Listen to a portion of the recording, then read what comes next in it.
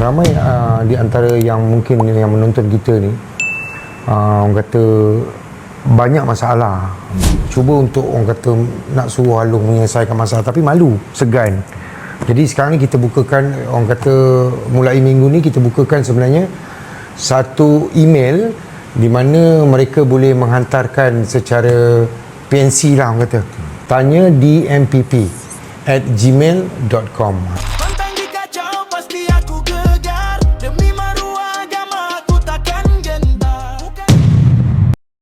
Kita cuba nak bawakan seorang pekerja yang meminjam, sama ada tak tahulah Along ke, dia meminjam hutang-hutang lama yang terbengkalai. Sebab ada di antaranya sekarang ni agak confused sikit pasal tiba-tiba sebagai contoh akaun kita dah lama dah mati sebagai contoh, mungkin dalam 6 tahun ataupun 7 tahun dah tak ada dah akaun tu sebenarnya. Bank pun dah tak ambil tahu dah pasal tu. Tiba-tiba datangnya satu entiti baru ataupun satu individu lain yang digelar sebagai debt collector. Jadi itu yang confusing. Debt collector pula kerja dia memeras setiap hari. Jadi itulah. Jadi hari ni kita nak cerita pasal staff ni tiba-tiba diganggu oleh debt ataupun debit collector ni, di mana sampaikan dia pressure majikan sampai majikan membuang dia kerja. Lepas tu macam mana terjadi, itu yang jadi masalah sekarang ni kan. So dia nak adukan, tak tahu nak adu kat siapa. Pergi kat sebagai contoh dia pergi kat bank negara pun tak boleh bantu sebab itu adalah orang kata hutang piutang ataupun hutang lapuk. Tapi benda tu kembali balik hutang tu. Dia macam hutang lapuk ni dia kolektor kertas, maksudnya kolektor yang bergerak ikut apa yang dalam kertas yang diminta oleh pihak atasan. Jadi dia tak macam kalau kolektor kutip hutang dia lain pula kan. Kalau macam kolektor ni dia kolektor bank, dia lebih banyak kepada kertas, maksudnya dia ada skrip dia. Jadi dia taklah sampai bahaya ke apa, tak ada lah. Dia cuma pressure mental dia lah. Telefon tak berhenti. Dia telefon dia ganggu kan.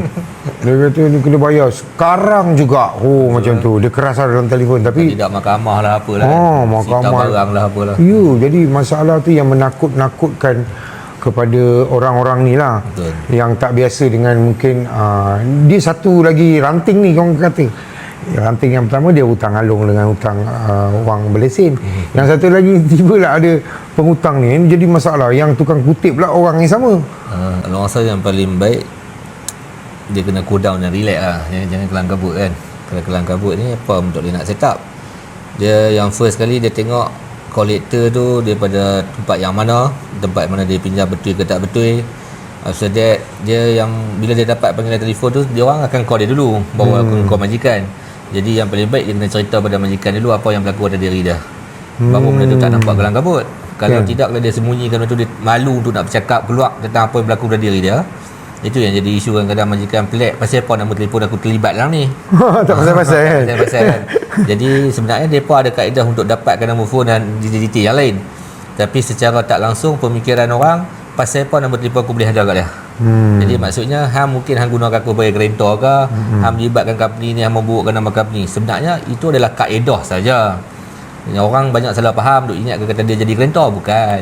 Sebenarnya kolektor ni gunakan kaedah tu supaya ada kucak kacir. Baru dia pressure mental, baru dia akan cari duit pandai. Yalah, kadang-kadang kita keliru. Ya, dua kategori ni kan. Mana satu ni betul ke aku pinjam Along ni, betul ke aku pinjam wang Malaysia ni, mana saya sama ke apa kan. Dia orang keliru kat situ. Macam pinjaman macam PWB lah, pinjaman wang Malaysia ni, selalu dia ada premis. Dia ada mengikuti syarat-syarat yang KPKT bagi kat dia lah. 18% setahun. Tapi sekarang ni nak kata Along Malaysia ni pun tak ikut syarat dia pun. Biasalah macam bawa botol dalam Malaysia kan. Dia kira sepatutnya macam kat bank tak boleh pegang, tapi dia pegang kat bank. Jadi bila dia pegang kat bank, duit tu akan diambil oleh pihak PWB tu. Jadi tak ada lah bukti pembayaran kepada kira kita ni sebagai mangsa. Bayar habis dekat company tak ada sebab dia ambil melalui bank kad kita sendiri. mana tak ada saluran yang tak ada betul. saluran betul. Jadi sebenarnya orang ramai kena alert bila kad bank dipegang tak ada detail pembayaran. Itu yang tak habis sampai bila-bila tu. Itu yang bulan-bulan duk bayar. Makin bayar makin tinggi. Orang makin bayar makin rendah. Dia bayar makin tinggi. Ini PWB, ini buruk dah. Dia PWB ni boleh dikatakan dia lebih buruk daripada Ahlong yang tak ada lesen. Kalau ikut pengalaman saya lah.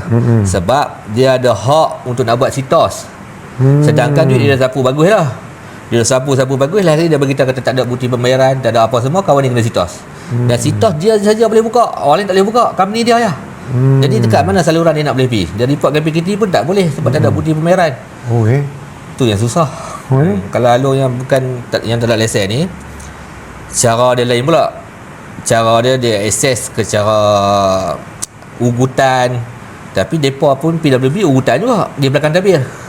Cerita pula. Dia macam-macam. Panjang cerita PWB ni. Panjang. Dia kira bermula daripada tempat yang berlesen dan data kita disedut daripada situ. Di situlah bermula yang titik hitam. WhatsApp nombor yang tak dikenali akan masuk main offer kita. Sebenarnya dia main daripada cerita belakang ni lah.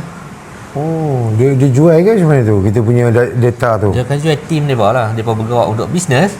Dia lagi war-warkan nombor telefon kan lebih banyak kan. Pasal kita nak cari klien. Kalau macam contoh Abang Bob dengan Ahlong kita sembang, takat kita dua. Abang Bob mungkin malu lah, segan lah nak pinjam kan. Tapi bila Ahlong beritahu dekat kawan offer Abang Bob pun fikir tak kenal. Tak kenal sama dia kan. Rupa-rupanya kami ya. Macam tu Lebih macam tu ya. Dia ada grup dia memang bergerak untuk tu lah. Untung ke buat benda tu? Kalau untung kok. Kalau kita nak kira tentang nisbah duit lah. Kalau kita punya 1,000 dapat dalam tangan 600. Pembayaran Ahlong sekarang ni dia bukan bulan-bulan dah Pak. Sekarang dia bayar 4 hari, 7 hari. Bayar interest dalam 400. Itulah kan. Kadang-kadang kita tengok kat tepi jalan tu kan, pinjaman perniagaan. Kan. Dia bubuh situ dia sampai kan. Lepas tu kita pun dekat kat tepi kereta dia bubuh ada orang baling-baling kad kan.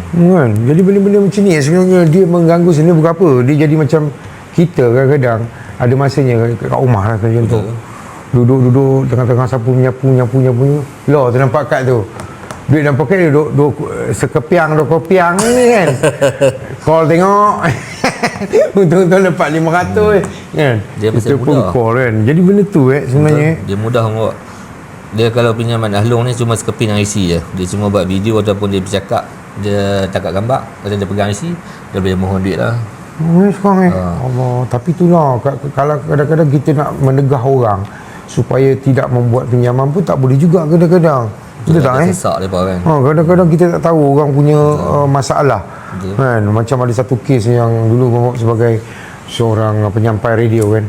Dia menceritakan masalah ayah dia mengalami sakit jantung masa tu. Mak dia dah tak ada. Jadi dia yang bela bapak dia. Dan masa tu pula emergency tau Long. Dia perlukan duit sangat-sangat. Dia kata kalau tidak nanti yelah ada ayah seorang. Kan nak pinjam kat siapa? Pinjam dekat majikan, mana boleh bagi banyak tu. Nak pinjam dekat kawan-kawan lagilah tak ada. Pinjam adik berapa menuntut kat IPTA lagi susah. So siapa dia nak cakap? Jadi masalah dekat situ terjadi. Akhirnya dia terpaksa meminjam Ahlong. Bila pinjam Ahlong, first, second, third tu okey lagi lah. Tiba-tiba tak macam mana dia takdirkan cerita, dia tidak dapat membayar. Bermula sekali sedap, 2 kali sedap, 3 kali sedap. Dah mula stok nak melarikan diri, blok nombor telefon bagai semua. Ahlong tetap mencari-cari kat rumah dan akhirnya mengganggu isterinya dan terpaksa bercerai-berai. Bila bercerai-berai pula, dia jadikan cerita, dia kacau pula majikan dia pula. Majikan cakap, I freeze-kan you one week. So kita akan siasat hal ini. Maknanya kalau dia kata freeze itu, maknanya you sudah digantung kerja dan akhirnya majikan pun buang. Betul. So nasib dia ni jadi masalah ni. Jadi macam mana agaknya? Macam mana pernah terima cerita macam tu? Banyak Bapak. Hari-hari ada. Dia sebenarnya macam saya sendiri, sebenarnya pinjaman ni okey je kalau kita nak cerita pasal nak pakai duit kan. Tapi kita nak bagi tahu tentang saluran ni, yang kita tentang riba ni. Duit tu kita seronok saya. Saya kita rasa macam, hang tak duduk dalam kasut aku, hang tak tahu. Aku susah, aku perlukan duit. Dia bukan isu tentang hang perlukan duit ke siapa duduk dalam kasut hang. Kita nak ceritakan yang ke depan supaya hang tahu apa hukum riba ni. Dia akan menjahannamkan daripada segi hang ukhuwah hang dengan orang lain. Hang dengan mak hang dengan bini hang, semua benda ni diganggu. Bila benda ni hang menggunakan saluran yang tak betul masuk dalam keluarga hang, bila benda ni hancur, hang tak boleh patah balik. Waktu tu hang tak boleh bagi alasan, bagi tahu aku sebab aku nak pakai duit sebab ni. Jadi sekarang ni hampa tak percaya aku dan benda ni hancur, seolah-olah hampa mempersalahkan aku sedangkan aku nak gunakan benda penting. Sebenarnya hang silap. Sebenarnya bukan hang tak payah nak perbetulkan benda ni. Pasal hang kena tahu, bukan pasal duit tu. Dia nak sebenarnya pasal hukum. Bila hang langgar tentang hukum, Allah dah kata dalam Quran, bila hang satu surah Al-Baqarah, satu muka nak menceritakan tentang hutang, nak menceritakan tentang buruknya riba. Tapi hang tak ambil peduli. Bila hang tak ambil peduli, hang nak cerita aku terpaksa. Dia bukan isu terpaksa, dia isu tentang riba. Ini yang betul. Tu sebab tak ngaji ni. Betul. Dia kena ngaji kan dia. Dia masalah dia tak kaji tu dengan surah Al-Baqarah ni. Surah Al-Baqarah ni antara banyak ayat yang menceritakan tentang hutang, tentang satu lagi tentang sedekah. Kat situlah bermulanya Al-Baqarah ni. Tapi itulah, bila cerita macam tu jadi masalah kita rasa nak syok, nak cepat, nak apa kan. Betul. Jadi benda-benda macam tu kan. Pinjaman bank pun susah. Yang risau sekarang ni di kalangan IPTA, IPTS ni banyak bang, student kan banyak. Terrisau kat situ lah. Budak-budak yang baru nak up ni, tiba-tiba orang pakai iPhone 18, 19, 20 ni dia pun sibuk. Ada cara baru pula Abang. Along boleh dikatakan seminggu ada 3-4 kali kes. Dia melibatkan tentang Apple ID. Apple ID. Apple ID juga? Dia orang gadaikan Apple ID tu. Dia log out Apple ID dia, masuk Apple ID yang Ahlong punya. Jadi Ahlong tu monitor handphone dia semua. Dan duit dia bagi ikut nilai handphone. Macam tu pula. Yang paling terbaru ni. Kes yang dahsyat sekali sekarang ni. Tu Malaysia je ke ataupun dekat antarabangsa dia tu? Antarabangsa lah, tapi di Malaysia sekarang tengah tular lah. Malaysia jadi pun sepengetahuan saya tentang tempat pusat scam, di Malaysia kita ada 2 tempat yang baru diserbu, di Sungai Buloh dengan di Kelang. Dia buat markas macam di Kemboja. Colek orang bulan tu, jadi scammer dalam tu. Di Malaysia ni. Tapi dekat tempat Mama pun ada baru-baru ni, bukan baru ni, tahun lepas. Nampak macam sunyi sepi. Tiba-tiba kasta masuk situ dengan pakaian ni semua. Rupanya dia kata scammer ni terbesar di Timur Tengah. Beroperasi kat situ. Loh, beroperasi semua. Terperanjat kita orang kan. Loh, tempat ni hari macam tempat biasa kan. Pelik Tapi itulah kita kena tahu benda ni, pasal satu yang kita nak bagi tahu dekat semua orang, bab-bab orang kata berhutang ni sebenarnya tu. Hutang ni dalam Islam kita pun memang kena bayar. Pasal Nabi pun cerita tentang orang Yahudi, Nabi pun bayar. Cumanya dalam arti kata macam mana cara pembayaran kita tu berlaku. Kita cuma menyatakan kata hutang itu perlu dibayar, bukan paksaan tentang hutang tu perlu dibayar. Tapi kita menceritakan kata hutang perlu dibayar, bukan tak ada paksaan. Jadi kita nak bagi orang faham ni. Jangan duk baca kata depa ni paksa, itu paksa lain. Kita cuma cerita hutang wajib dibayar pasal kita orang Islam. Kalau dia bukan sampai dipaksa, itu cerita lain lah. Jadi slow lah. Yalah kan, macam ni nak bayar, kena bayar juga kan. Sikit-sikit membayar, bayar sikit-sikit. Kalau tidak dia kata tergantung nanti kita. Tergantung, betul ke Ustaz? Kita ada kita ni.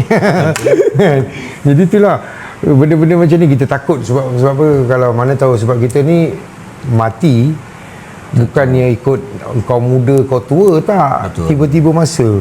Mana tu bawa balik ni tiba-tiba kan, tak ada lah kan. Benda-benda macam tu kan. Rupa hutang ayak kan. Kan. Jadi benda-benda macam ni kita nak bagi tahu juga, dan kita berbalik kepada DM ni sebenarnya.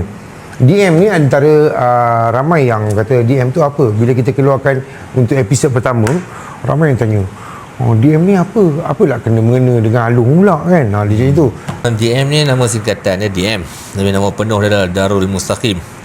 Jadi sebenarnya kita owner ni buat adalah khusus untuk pengajian Al-Quran dan Fardu Ain di Kedah saja, untuk bagi orang pergi mengaji percuma. Tapi disebabkan kami berlatar belakangkan yang tak berapa baik dan orang minta tolong pasal tentang kerja ubat kami yang lama. Jadi kami fikir untuk nak penuhkan pusat pengajian kita, dan sama-sama bila kita tengok orang berubah, kita pun sama-sama boleh ikut. Dan Alhamdulillah benda tu diteruskan sampai sehari ini, dan kita meneruskan tentang kes-kes Ahlong satu Malaysia. Itu sebenarnya bermula ya. Itu yang clear. Kan? Jadi masih lagi ada yang aktif lagi lah. Aktif. Kita semua geng-geng semua semua bergerak, semua masih sama lagi. Ramai ahli semua ramai. Ramai. Kalau ahli kita kalau untuk pengajian Quran 80,000 lebih ahli kita. 80,000 Ramai. Ramai. Dan kita di DM ni antara satu-satunya kita bukan NGO. Kita antara satu organisasi yang berjaya mengumpulkan keseluruhan bangsa-bangsa Ahlong ni, kira digelar macam ahli DM. Kita ada program kira mulai dia untuk motivate, untuk dia keluar balik daripada kampung-kampung apa yang dalam masalah dia. Kita bukan nak latih mereka untuk berani berhadapan dengan Ahlong ganas-ganas tak. Kita cuma nak bagi tahu hari ni macam mana hang boleh jumpa pihak DM. Bukan disebabkan pasal kami gangster boleh selesai masalah hang, bukan. Sebenarnya yang serta ni selesai masalah hang tak tahu doa mak hang ke bini hang yang makbul. Dan Allah izinkan kami sebagai asbab dan benda boleh selesai. Sebenarnya bantu Allah. Tak ada daya upaya abang bak. Sebab Ahlong ni kalau nak cerita kata tim kita ramai kuat pun tak boleh. Sebab kita tim kuat, Ahlong lagi ramai. Seorang peminjam 20-30 orang. Mana nak cover kami, tak ada. Tapi Allah hadirkan getar tu mungkin insya-Allah. Kan, insya-Allah lah tu. Tapi tu lah ramai macam keliru juga. Dia kata, kalau aku pergi ke DM ni selesai aku punya masalah, selesai aku punya hutang. Apa kena faham, pihak DM ni bukan tolong bayar. Maksudnya depa pinjam pakai duit, kita tolong bayar, bukan. Maksudnya kita hentikan interest, buat pengurusan balik, apa yang dia ambil itu kita serah balik kat dia apa. Tak ada kata kami tolong bayar, tak. Cuma kita bagi Ahlong tu tak ada ugur depa, pergi baling cat, pergi gaduh-gaduh, tak ada. Ini tugas DM untuk pastikan benda tu. Dan sepatutnya kalau depa pun tahu kalau upah untuk center case ni mahal. Orang-orang nak buka table talk nak bagi mahal. Jadi kita cuma buat upah kita dekat pengajian. Hampir mengaji. Hampir mengaji, hang doakan ke kami supaya kami pun boleh jadi macam hang. Kami pun boleh ikut hang boleh berubah. Ini yang kita buat sebenarnya. Jadi benda tu lah sebenarnya orang tak baru faham. Betul. Pergi DM settle babe. Settle macam Petronas nyekat tu, settle. Tak, sebenarnya kena faham ada benda. Sebab yang cari masalah ni anda sendiri. Betul. Bukan DM yang cari masalah. Cuma DM ni memastikan bahawa kita sebagai seorang Muslim, seorang Islam kan, kita nak bantu sesama saudara supaya tidak orang kata benda-benda yang buruk berlaku kan. Betul kadang-kadang baling lah, pergi lempang tepi, pergi pasar pergi lempang, tak pasal-pasal tak kenapa. Jadi benda ni kita nak bagi tahu. Jadi kalau nak mempunyai ataupun ada sebarang permasalahan, kemuskilan, anda boleh pergi je ke email, tanyakan kepada dmpp@gmail.com. Dan saya rasa ada website juga Long ada. Website kita apa? www.dmpusatpengajian.com.my. www.dmpusatpengajian.com.my. Gitu kan. Jadi boleh dekat situ nak tengok apa saja aktiviti yang dijalankan kan. Bukan aktiviti baling cat, tak ada. Tak ada.